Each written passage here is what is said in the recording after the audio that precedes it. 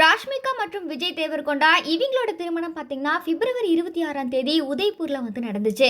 திருமண சடங்கு முடிஞ்ச கையோட விஜய் மற்றும் ராஷ்மிகா ரெண்டு பேருமே ஹைதராபாத்ல உள்ள விஜய் தேவர்கொண்டா வீட்டுக்கு வந்திருக்காங்க. அங்க விஜயோட அம்மாவான மாதவி ராஷ்மிகாவுக்கு ஆரத்தி எடுத்து பாரம்பரிய முறைப்படி அவங்கள வீட்டுக்குள்ள வரவேற்றிருக்காங்க.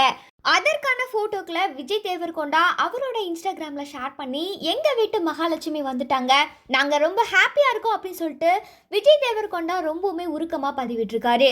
இதை தொடர்ந்து விஜய் தேவர்கொண்டா இல்லத்துல கிரகப்பிரவேச நிகழ்ச்சி பாத்தீங்கன்னா பாரம்பரிய முறைப்படி ரொம்பவுமே எளிமையா நடைபெற்றுச்சு. அதற்கான வீடியோக்களுமே பாத்தீங்கன்னா இப்ப சமூக வலைதளங்கள்ல வைரலாகி வருது. ராஷ்மிகாவும் விஜய் தேவர்கொண்டாவும் வீட்டுக்கு வந்த மறுநாளே திருப்பதி ஏழுமலையான் கோவிலுக்கு சென்று சாமி தரிசனமும் பண்ணியிருக்காங்க. அது மட்டும் இல்லாம அங்குள்ள ரசிகர்களுக்கு பாத்தீங்கன்னா இனிப்புகளையுமே வழங்கியிருக்காங்க. இதை தொடர்ந்து விஜயோட சொந்த ஊரான நாகர்கர்னூல் மாவட்டத்தில் உள்ள தும்மன்பேட்டை பண்ணை வீட்டுல இன்னைக்கு சிறப்பு பூஜை நடைபெற போகுது. இதுல விஜய் மற்றும் ராஷ்மிகா ரெண்டு பேருமே கலந்துக்க போறாங்க. அவங்களுக்கு மேலதாளத்தோட பிரம்மாண்டமான வரவேற்பு நிகழ்ச்சியும் நடந்திருக்கு. அதுவும் இந்த நிகழ்ச்சியில 2000 ரசிகர்களுக்கு மேல கலந்துக்க போறாங்க. அவங்களுக்கு பிரம்மாண்டமான விருதுமே தயாராகிட்டு இருக்கு.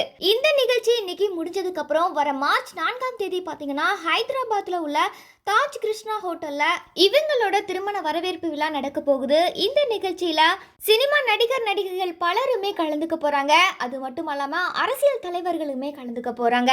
இந்த நிகழ்ச்சியை தொடர்ந்து வர மார்ச் 6ஆம் தேதி ரசிகர்களுக்கான விருந்து அரேஞ்ச் பண்ண போறதாவும் ஒரு சில தகவல் வெளியாயிருக்குது.